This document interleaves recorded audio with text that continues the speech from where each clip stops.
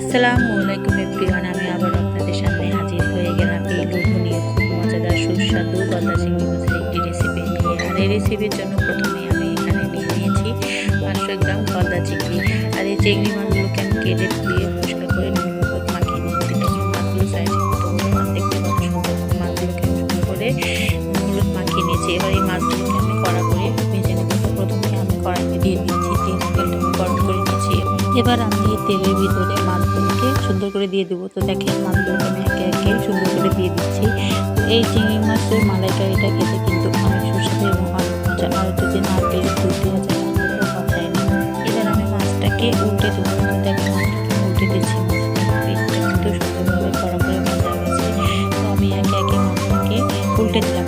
এবার একটু মাছটা নেড়ে চেড়ে আমি কড়া করে ভেজে দেবো। মাছটা ভাজা গেছে। মাছটাকে আমি তুলে নিচ্ছি। দেখেন মাছের কালারটা কত সুন্দর হয়েছে।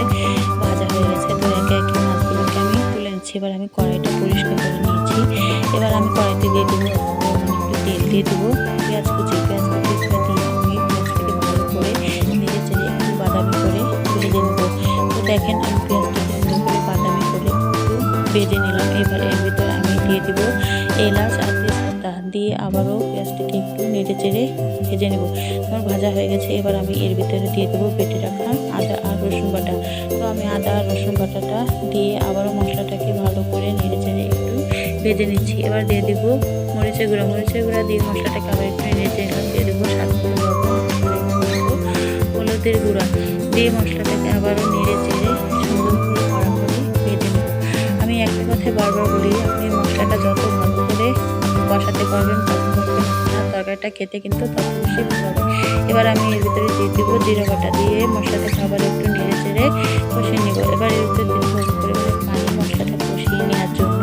তো দেখেন আমি নেড়ে চেড়ে কিন্তু মশলাটা সুন্দরভাবে কষিয়ে নিয়েছি। এবার এর ভিতরে দিয়ে দেবো কুচি করে রাখবো টমেটো দিয়ে আবার একটু নেড়ে চেড়ে আমি মশলাটাকে ভেজে নিচ্ছি। এবার আমি দিয়ে দেবো ভেজে রাখা চিংড়ি মাছগুলো দিয়ে নেড়ে চেড়ে আমি সুন্দর করে মিশিয়ে নিচ্ছি মশলাটা।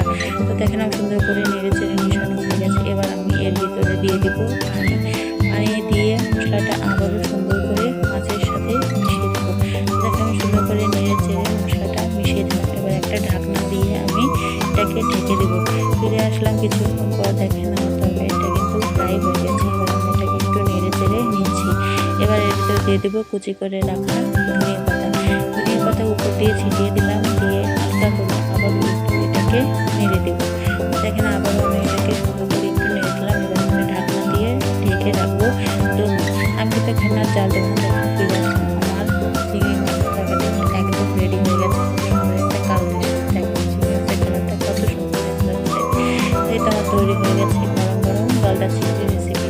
তো আজকের এই রেসিপি যদি আপনার কাছে ভালো লাগে তাহলে অবশ্যই শেয়ার করে দেবেন। আর আমার ইউটিউব চ্যানেলটিকে অবশ্যই